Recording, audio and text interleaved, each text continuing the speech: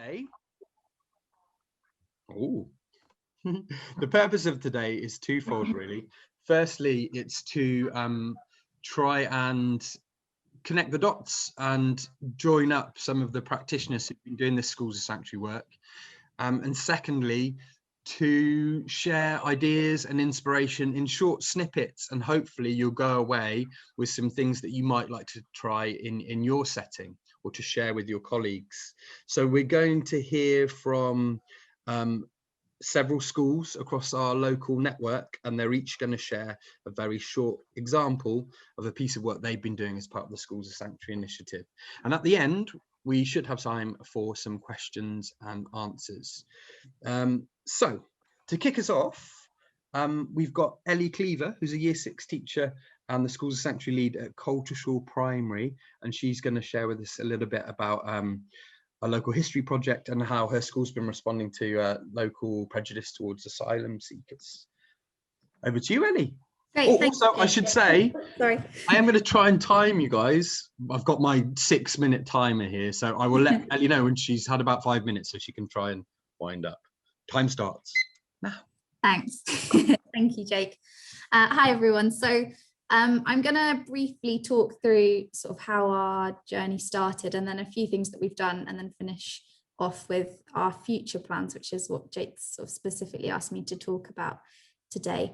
So our School of Sanctuary journey first began in lockdown, right at the very beginning, when the schools originally shut.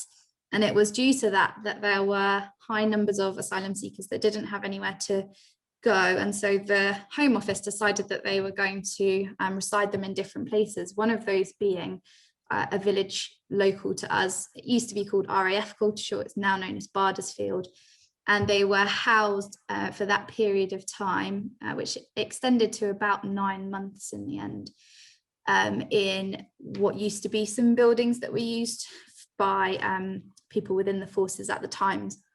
So we obviously had very few children in school at the time, which we were a little bit disappointed about because it would have been such a brilliant way to sort of kickstart those conversations. But we tried to do it remotely, and we also did it with the children that we had in as key workers. So we created a card of welcome, and the children decided that they wanted to share, rather than our original idea of the word welcome or hello in different languages, they wanted to share the 12 school values that we have, things like trust, responsibility, empathy, kindness, and write them in as many different languages as they could, and from the little information that we had from volunteers working with the asylum seekers at Bardesfield. So we pulled this together, and they did their card, and I passed it on to a friend who was volunteering at the centre. And then, much to our surprise, I had a knock on the door about a week later with a bundle of cards and letters, all handwritten by some of the asylum seekers that were staying at Bardesfield. And they'd written them both in as much English as they could, and then in their own mother language as well. And it fascinated the children. They were so thrilled, and we had a wonderful response on Class Dojo, which is where we share sort of pictures and videos of things that happened throughout the year. And so we shared those on there and sort of told a little brief story of what had happened.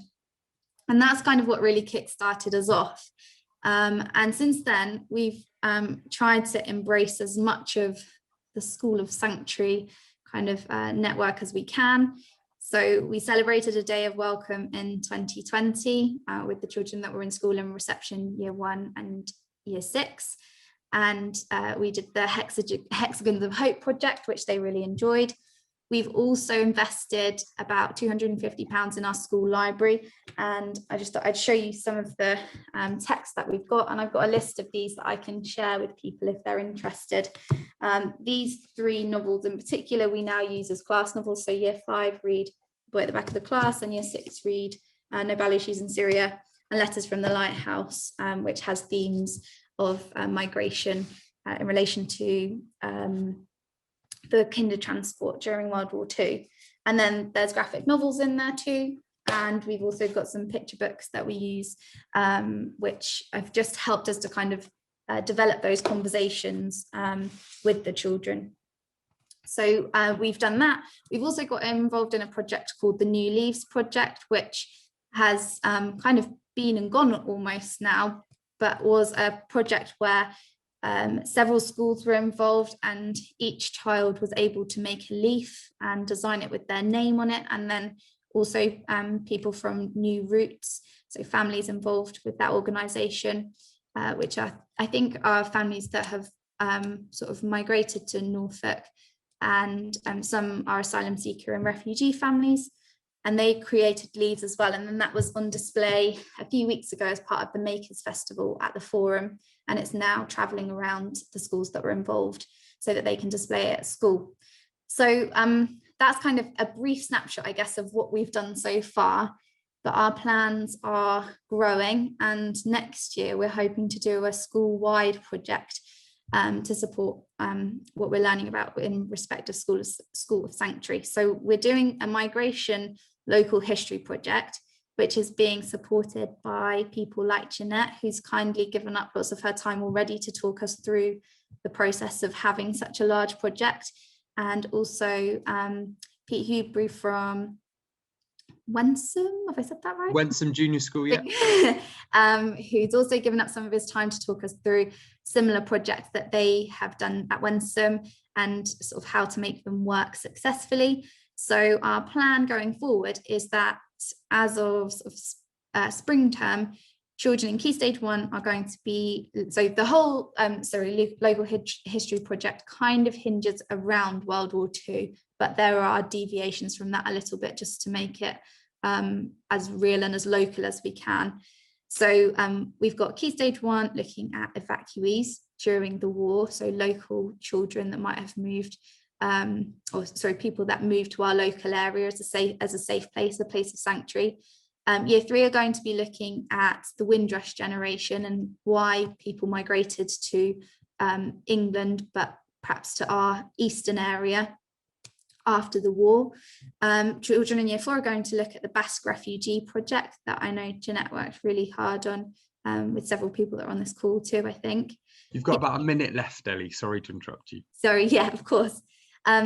Year 5 are going to be looking at a local history link to Polish refugees at the RAF Cultural Base and the variety of other people that were involved during World War II at the RAF base. And then Year 6 are going to be looking at kinder transport links and how Norfolk might have played a part in that, or our Eastern region played a part in that.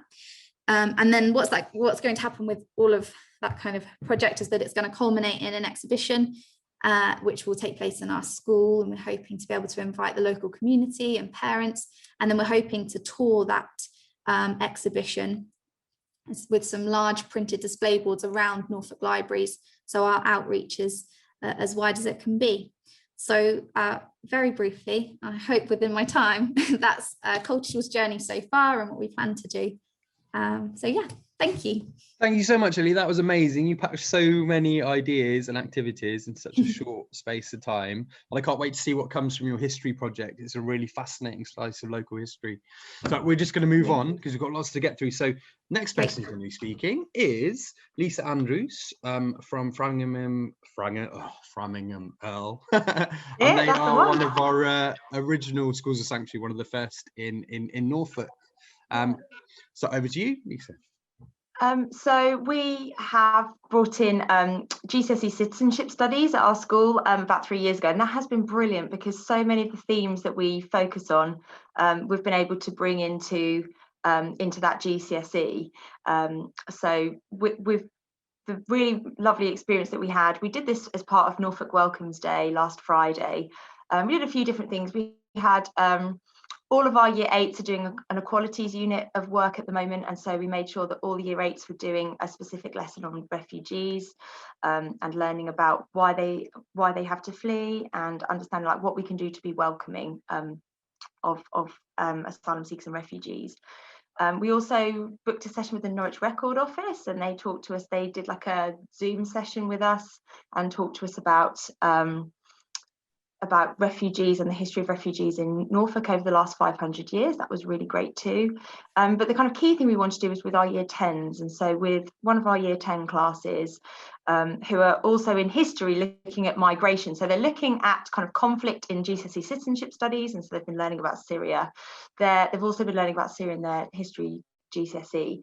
But we contacted Na Takalam, which means we speak in Arabic. It's an organisation that organises, schools can kind of get in contact and they can have French speakers, English speakers, Arabic speakers, and doing things with your class. But they also have the Refugee Voices programme. So we contacted them, and they basically said that we could have a scholarship. So we didn't pay anything for this service. And I'd learnt about it through something that Jake, I think, had posted on one of the Schools of Sanctuary newsletters, and I'd seen it there and thought, I need to check that out.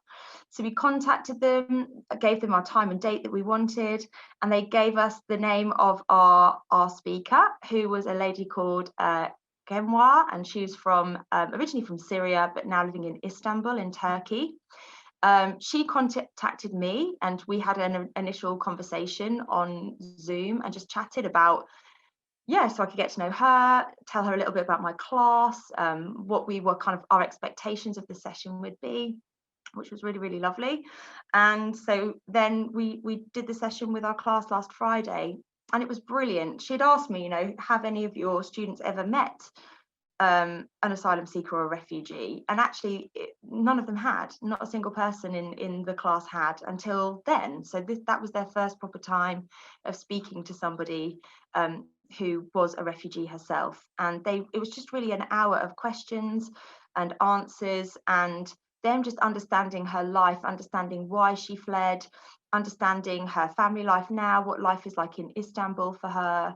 And I think the really resonating part of it was her just saying, even in Istanbul, that she went to like a rural part of Turkey first, and she felt quite isolated there, but being in the city, people have come together, her neighbours have helped her to integrate, and how much better she feels by being welcome. So it really linked so beautifully with what we're doing in Schools of Sanctuary. And it was just a really brilliant experience for the class, and just helped them build some empathy and understanding of her situation. It was great. And the fact that it was completely free of charge was wonderful. I've since contacted them to see, can we do this again? Now that we've had this experience as a school, is it possible to do it again and have another scholarship? I haven't heard back yet, but I'm really hoping it's not the only experience that we get, because I'd love to run it more frequently.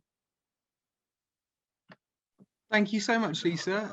I didn't realise that that's a free service. That is absolutely amazing, actually. So we were told the Qatar Foundation paid for that, and I don't know if it's that they go out to lots of different businesses, because I'd heard that Ben and Jerry's had been sponsoring them. So I have a feeling that might be what it is. Different businesses will sponsor your scholarship and give the money, but it didn't cost us a penny. What I will do after this session is I will collate some of the things that people have recommended like that, and send it out to the people so they can have a look as well. So next we were going to have Peter Hubery, and also Will Turnpenny from Wensum Junior and Mag Gates respectively, but unfortunately you know what it's like in schools. They both had kind of minor crises to deal with, so I'm gonna fill you in a couple of things from their schools that they wanted to share. So ideally, this Schools of Sanctuary network is a peer-to-peer network, so it's teachers helping other teachers and sharing the good practice that they've developed, and the Schools of Sanctuary network is just volunteers essentially. There isn't a paid staff here, so it's people giving up their time and expertise. So it's really crucial for it to be successful to do that sharing like we are today. But for those schools that decide to become a School of Sanctuary, there's 3 stages to it. You have to embed the 3 principles of being a School of Sanctuary into what your school does. And the first of those is learning about the experiences of asylum seekers and refugees. And Wensum have done some really excellent examples of what that looks like. Last week, on Friday, for a day of welcome, they invited New Roots, who are a local charity that often work with refugees and asylum seekers, into school to do a question and answer session with their pupils, involving people with lived experience of seeking asylum and the people that work at New Roots. And that's a really excellent way for the children, a bit like Lisa was describing, to get a sense of the experiences of displaced people. and also ask their own questions. But being a school sanctuary isn't just about educating the pupils, it's also about educating your staff and trying to step out into the community of parents and carers as well and do that work with them. So learning is the first principle. The second principle is embedding that work into the ethos and the curriculum of the school. And that can take all sorts of forms. In every school, it looks different. For an easy way to do that, probably the most straightforward, is just to add marking and celebrating a day of welcome and Refugee Week into your school calendar every year. And then every year, you know that there is that work going on within your different year groups and across the school. And it's a nice way to bring the whole school together on that journey. But beyond that, the ways that you can embed it into the curriculum are countless. At my school, Avenue Junior School, we've been doing this work for quite a few years now. And this year, last year, we've been reviewing and redesigning our curriculum. And we decided to put schools as sanctuary at the heart of that process. And I will share another time what that looks like. But we took quite a broad definition of being a school as sanctuary. And so any work that is about eliminating prejudice or discrimination, or is about giving voice to marginalized people or marginalized histories, looking at local history, all of those strands of work, we've caught under the umbrella of schools as sanctuary, and now you can start to see that in every year group, in every half term, there is schools as sanctuary work going on. So it's become really embedded, but taking a long time to get to that point. And then the final principle to become school sanctuary is about sharing your work at events like this, or if you're on a more local level. Magdalene Gates were going to share a brilliant poem that their students and staff put together, a video version of Neil Gaiman's poem, What You Need to Be Warm. So they recorded that and explored it at school, and then they shared it with their parents and carers, but they also put it on Twitter. And Neil Gaiman, who wrote the original poem, then shared it with his 2 million followers. So they had quite a lot of sharing that went on with their piece of work. And I know their pupils and the staff were really proud to have shared that message so widely. So those are just a few examples of some examples from primary schools in the network of what they've done as part of this work. Enough of me. I'm going to hand over to Nick O'Brien, who's deputy head at Neatherd High School. He's going to talk about anti-racism and how that fits into the Schools of Sanctuary initiative at his school. Thank you very much. And I'm just a lowly assistant head. I'm not a deputy head yet, but you never know. If I do more of these, I might make it deputy head. So thank you very much for inviting me. And yeah, I guess it's been really inspiring to hear from people so far, and looking forward to hearing from everybody else. So yeah, I work at Neatherd in Dereham, and I think we've tried to do equalities work for a long time, and we've particularly done a lot of stuff on LGBT work, and it'd be really good at the end if I can just have an AOB to talk about Pride Schools Week. Just being a little bit cheeky there. So we've tried to do equalities work for some time, and I think, like everybody, when we were in lockdown at the start of last year with the murder of George Floyd, I just became really, really obsessed with thinking about how we can get young people in schools to think about these things. And I think in Norfolk, we've got a particular role to play, in an area that's not very diverse, at making that leap and encouraging our students to feel some empathy and get out of their comfort zone. So a few things that we've done. We've tried to be really consistent in terms of our messaging as a school. And I know that sounds really kind of corporate, but we've tried to do a lot of social media work around just saying that we categorically welcome absolutely everybody. So at the start of the school year, we said that we're proud of all of our students, no matter where they're from. We reference Black Lives Matter. We were sort of doing that unashamedly. And then also for Black History Month, we again did that. And then again, we did that for Day of Welcome. So just trying to be really consistent. We have a really active school Facebook page that's really big in our community, and a lot of parents interact with it. So we've tried to be consistent in terms of our messaging to the outside world, because as Jake was saying, you know, I think we've got that duty to look to our community, and I think, you know, Dereham needs that sometimes, frankly.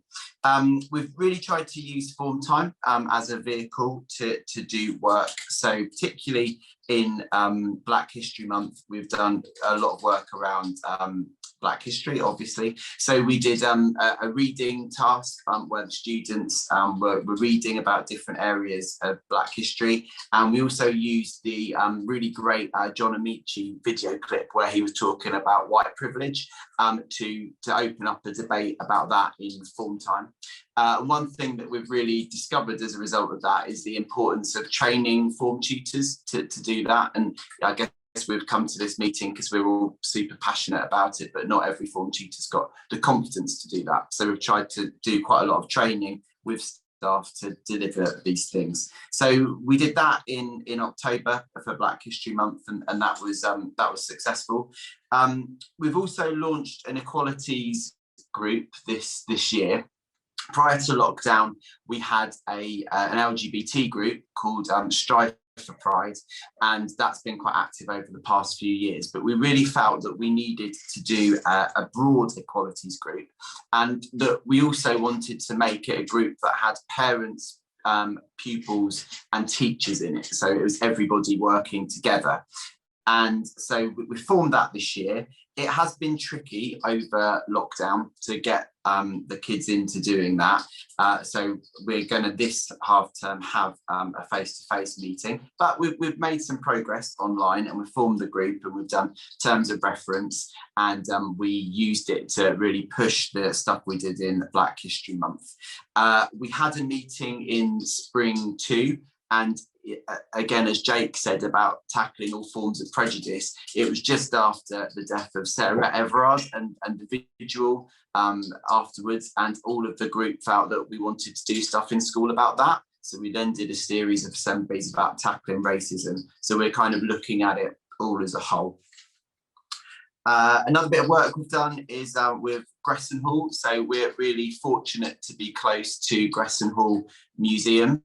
And we're doing some work with them about changing the history curriculum, and this is going to be in place for next year. So they're working with our head of history, and we are uncovering the history of abolitionists coming to Dereham to talk to the people of Dereham, which must have been fascinating. And we've done some research into where they visited, and there were two different sets of abolitionists that came to Dereham, and they had very different approaches. So one of them brought their family, and they almost like did a musical production, and then one of them was very, very hardcore, and they had different responses. So we're going to weave that into the history curriculum next year. And we've also been doing a survey to our students, and I found that students, surveys over N6 are a really good way of finding where students are at with stuff. So we've got 1,100 pupils on our roll, and we had nearly half of them reply to this survey, which I thought was quite good. And it gave us some really clear messages and some encouraging messages about how students saw tackling racism. So 90% of students said that tackling racism was important to them. Obviously, we'd want 100%, but who is responsible for tackling racism? 90% said everybody. Have you done something personally to stop racism, etc. We also used the survey to find out which areas of Black history students knew stuff about. So we found, for instance, that, as you'd maybe expect, 90% of them knew about Rosa Parks. Similar for Martin Luther King, George Floyd, the slave trade.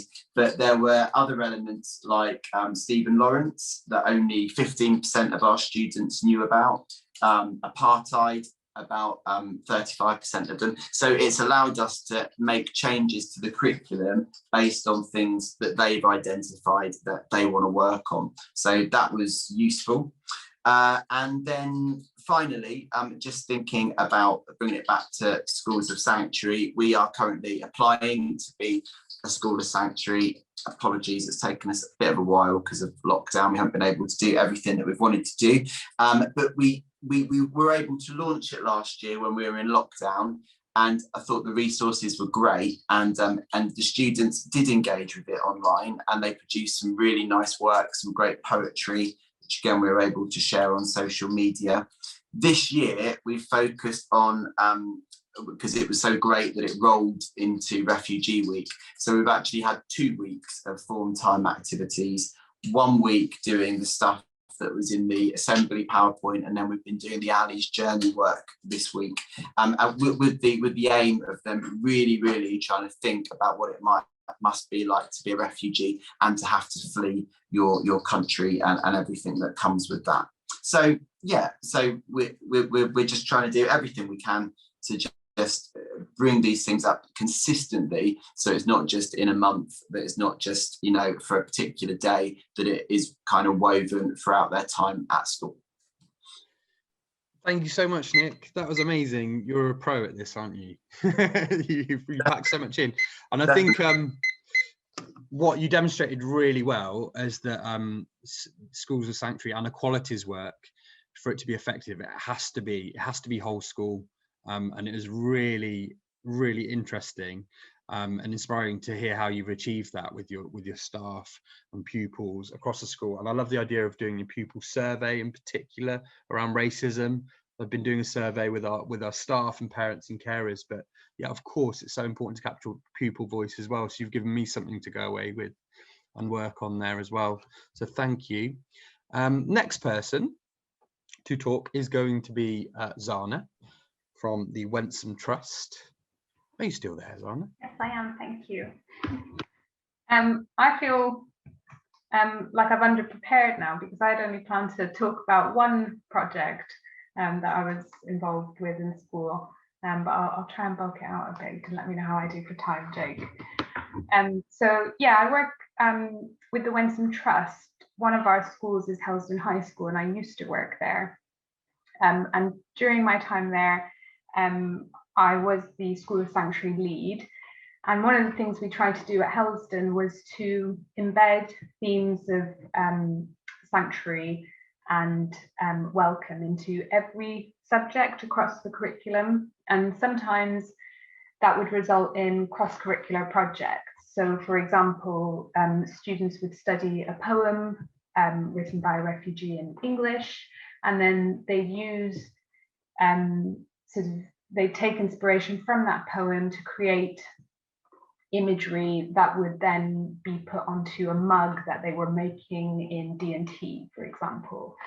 But one of my favorite projects, and one of the most memorable things I think for students as well, was a project that linked both MFL and media. So across the school, our MFL department spent time teaching students how to say welcome in a variety of international languages, and then we asked students to volunteer to be part of a short film.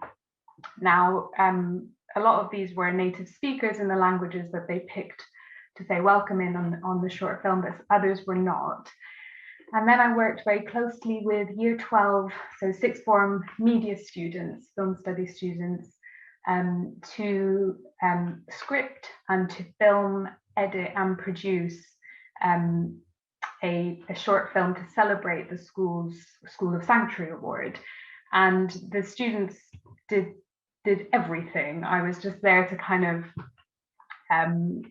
guide and advise and support, but it was really nice to have the students create something of their own, and it was in a really short time frame as well. We only had 4 hours across the month to get it all sorted and to make sure that main school students were able to come for the short filming session.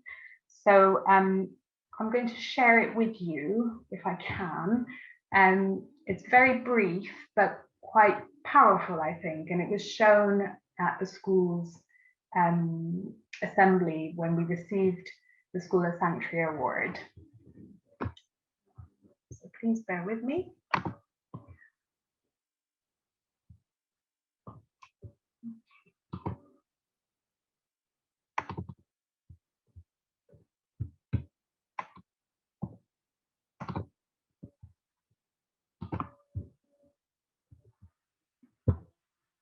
Jake, if you could give me a thumbs up if you can hear and see. This year, for Refugee Week, we want everyone to know that they are welcome at Helston High School.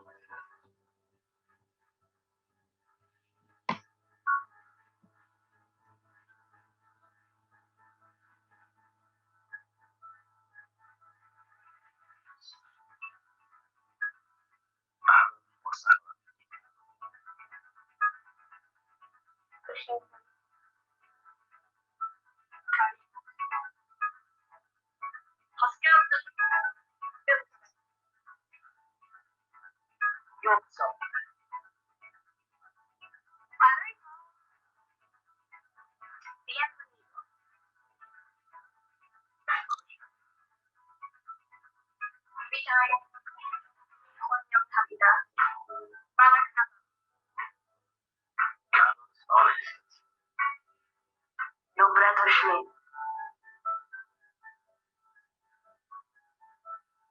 We are proud to be a school of sanctuary.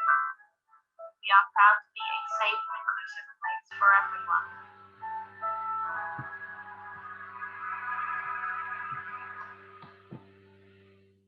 I don't know if it's the music, it gets me every time.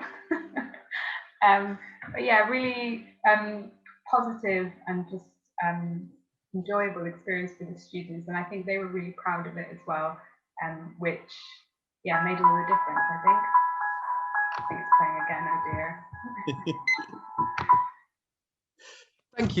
Thank you Zana, for sharing that. It's a really simple but effective way to just highlight the diversity within your school community.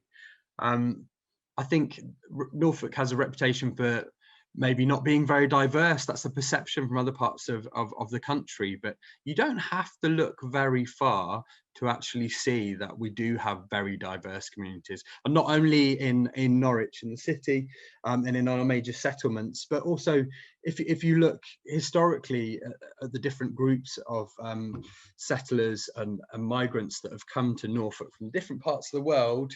We are a very diverse county, and I think a really important thing that we can do as schools of sanctuary is to reframe the narrative about what kind of county we are.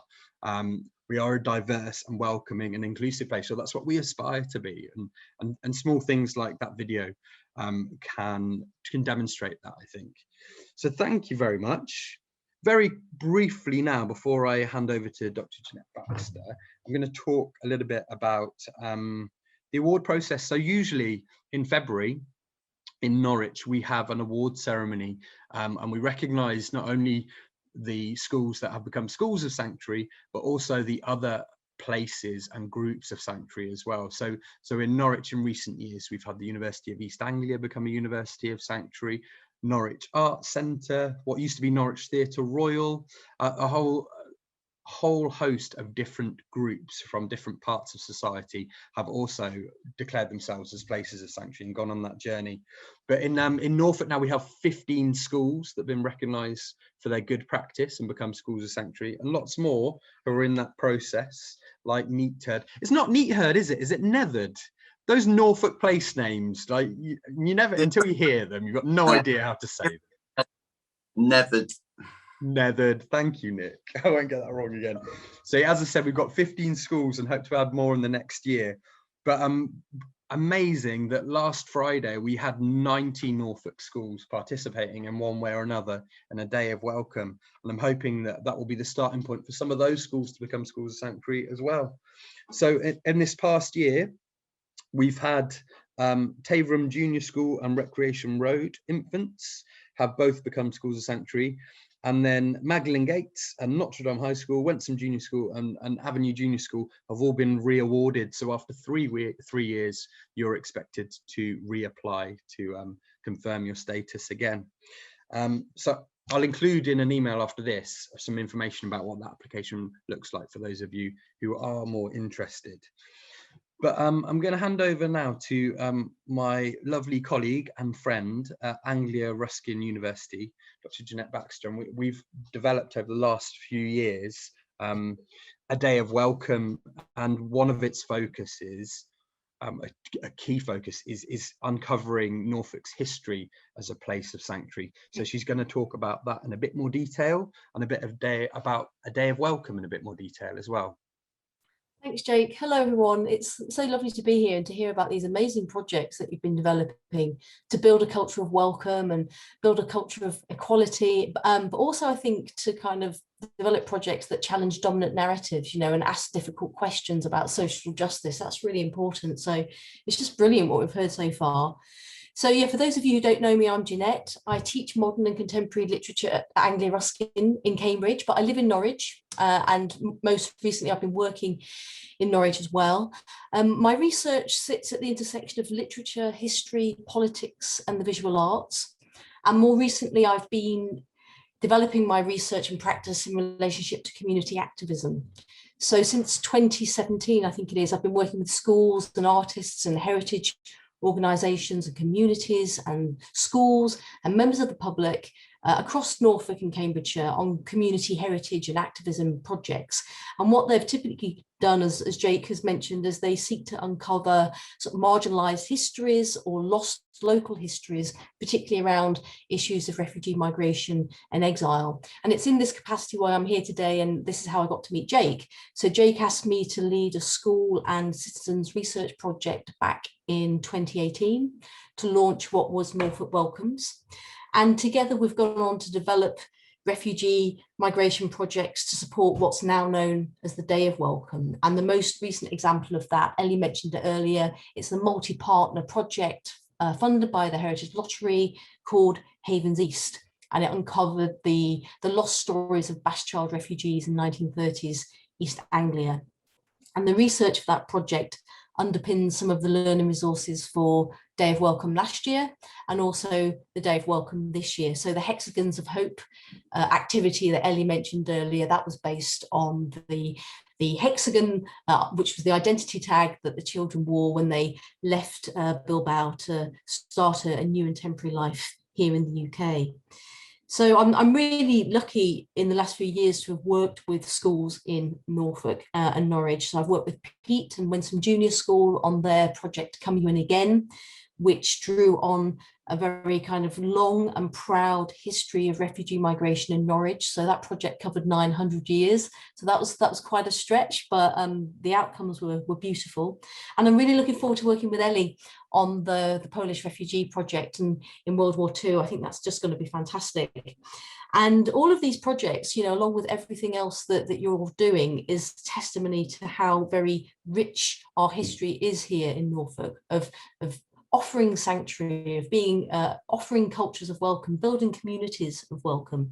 And this is something that Jake and I want to build on in or as part of the Day of Welcome project sort of next year, but also beyond. So if I'd like to say a little bit about what we've got planned for next year, hopefully to whet your appetites to get involved. So we're changing our historical focus slightly, and it's going to focus on the Kindertransport, which occurred during 1938 to 1940. And this is partly strategic. It's because it joins up 3 school and community projects that I'm involved in across Norfolk, Cambridge, Essex, and Suffolk. And I'll just tell you a little bit about those 3 projects that we will hopefully then all bring together. So the first one that you might be interested in is called The Holocaust on Your Doorstep. And it's a project that's going to run out of Cambridge. And what the project will do is it will digitally map stories of Jewish refugees from Nazism all over the UK. So schools and communities will get the chance to learn about their local connections to the Holocaust. So this project is going to be led by a Cambridge-based historian called Mike Levy, who Jake and I worked with on Havens East. Mike's just an amazing individual. And Mike's going to be alerting us in particular to the stories that relate to Norfolk and to Cambridgeshire.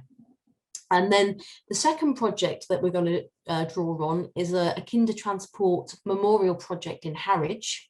So Harwich played a crucial role in caring for the unaccompanied children, but like many sort of stories of refugee migration, it isn't one that many people know about.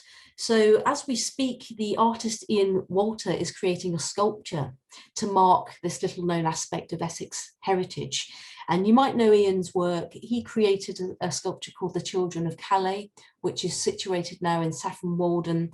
And it's a sculpture that was based on a sculpture by Rodin called The Burghers of Calais. But what Ian has done is he's recreated 6 figures, child figures. They are refugees. One of them is holding a life jacket in his hands. And this sculpture was sort of, he created it really to provoke debate about the inhumanity of our response to the children caught up in the refugee crisis. So we're going to draw on aspects of that project. And then the third project that we'll be engaged with is one about Jewish refugees in Newmarket during the Second World War. And this tells the remarkable story of refugees who sought sanctuary at the Palace House stables that were owned by Anthony Rothschild at the time. So what we're hoping for the Day of Welcome in 2022 is to draw the community research from these projects together to develop assemblies and lessons and to create creative activities. But we will all be doing that with a view to developing the activities so that they have a local flavour. So schools in Norfolk will receive activities that are about the Kindertransport in Norfolk, and the same for the Cambridge children and the children in Essex as well. So we hope that this will be a good way to develop the Day of Welcome project across the region and to develop, you know, what is becoming a really quite fulsome archive of refugee migration history as part of the projects that we've been running and as part of the projects that you've been running too. And then for the Day of Welcome 2023, it's an early idea, but I'm really hoping that Coltishall Primary School might be willing to share their research with us. And then that could become a really lovely focus for the Norfolk offer for Day of Welcome 2023. I know that seems like a long way off, but you know, it's a really good idea to plan. No pressure. No pressure really. So yeah, we always like to plan ahead. If any of you have got any ideas about any aspect of sort of local refugee sort of migration history that you would like to bring to light, that your school and communities would like to bring to light, then do share those ideas with us, because one of the things that we're keen to do, and Jake's going to go on to talk about that in a bit more detail, is we want to develop a community of practice. So we can share resources, share ideas, share our partnerships, and help each other to just keep developing this amazing sort of thing that we've got here, which is the Day of Welcome. So I'll probably stop there, I think, Jake, and then I could always answer a few questions later if anyone has any. Yeah, thank you so much, Jeanette. It's so fascinating finding out these little known stories of migration. It's really changed the way I think about Norfolk as a county, and it's exciting to see what develops from it. And I'm really pleased as well that you've reminded me to mention that we do have such a huge bank of resources now to explore refugee migration generally or nationally, but also locally as well. And what this peer-to-peer network should be about is making it as easy as possible for schools to do that work. So use those resources. It doesn't just have to be on a Day of Welcome or in Refugee Week. They are free to be used at any time and edited, and no one is precious about these things. They're out there for you to use in whatever way is useful for your setting. Also, I think really interesting aspect of this work has been how the dialogue between the past and the present and the future. So the hope is that by exploring with children these stories and experiences of refugees and asylum seekers in the past, we can also get them to reflect on the stories that they're seeing in the media and hearing around them of refugee migration now, and finally to think about in the future how we should respond to these displaced people as they continue to come and join our communities. So just before we do a bit of a Q&A, as Jeanette said, what we're aspiring to create are communities of practice. in Norfolk and in other parts of the country as well. And hopefully some of you might be interested in getting more involved and developing resources yourself, contributing ideas and expertise. And Jeanette and I had a really exciting meeting earlier today with the United Nations, with the UNHCR. And it looks likely that we're going to be trialing their online learning module, like a moderated online course, probably in the second half term of autumn. And it will develop, but one of the ideas is that it will be a 6-week course, and it's online and moderated by experts in the field, and it will be a way for aspiring schools of sanctuary and people who want to develop resources to get a really thorough grounding in the experiences and rights of refugees, and then culminating in developing their own resources for their setting for a day of welcome and refugee week that we can share with other schools potentially. So we'll share more information about that and a couple of other ways that might look as we go forward. Hopefully some of you will want to get involved or know colleagues that might be interested. I have to say, I always expect these things to run over, but I think everyone's done a fantastic job of being very concise, and I hope that you have heard something in amongst all those brilliant examples from those practitioners that has set you off thinking what you could do in your setting or inspired you in some way. We do have a little bit of time. If anyone has the appetite to ask some questions, then please do. If you want to go home because it's Friday and England are playing football in 3 hours and 8 minutes, or you've got other things to do, we will not be offended. You feel free to leave and go home. But if anyone does have a question, please ask. I think Nick would like to say a few words about Pride Week, Jake. Thank you. Yeah, Nick, do you want to do your any other business? Yeah, are you okay for me to do that now? Absolutely, yes. Well, I've got a captive audience, so just to say that we talked about tackling all forms of discrimination. I'm also a trustee for Norwich Pride, and I lead the education group. So we have an active Pride schools network that works closely with schools of sanctuary, and we have a Pride Schools Week. And that is the 5th to the 9th of July this year. And the theme for that week is show some respect. And the reason for that is that we think it's important that schools do something for this week, coming back from COVID. Certainly in my school, and from speaking to a few other people, we've noticed perhaps some young people, their kind of values around that have maybe slipped, and they're struggling to get back into school and socialise. And there's been a little rise, not to make people panic about it or to demonise young people, but there's maybe been a little rise in kind of phobic attitudes. So we'd like to do something about this, and we have put together some resources to help you. And we are not precious about these resources at all. We're happy for people to adapt them and change them for their own setting. So we have got an assembly that I've made that's called Show Some Respect. We've got an old resource from last year from Steph Harvey, which is a resource for primary schools about families. We have got a speaker's guide, so if you wanted to get a local queer person to speak in your school for a lived experience, we've got a guide. And we've also got some fantastic artwork from David Shenton, who is a local LGBT artist, and we have got posters and little cards that students can have as well. So yeah, we're encouraging all schools to do something between the 5th and the 9th for LGBT people. So if you are not already, if you're on our school's mailing list, you have had an email in the last hour with those resources. So check your inboxes. If you are not on our mailing list and you'd like to be, then email me at nick@norwichpride.org.uk, nick@norwichpride.org.uk, and I will add you to the mailing list. Thanks, Nick. It's really important work.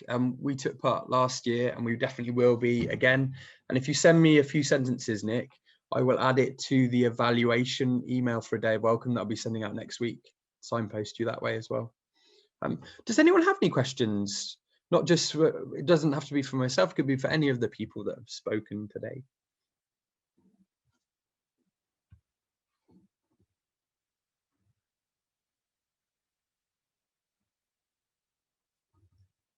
if you don't have any questions, that's fine too. We can just all go home a bit earlier than planned. I'm a fan of that idea too.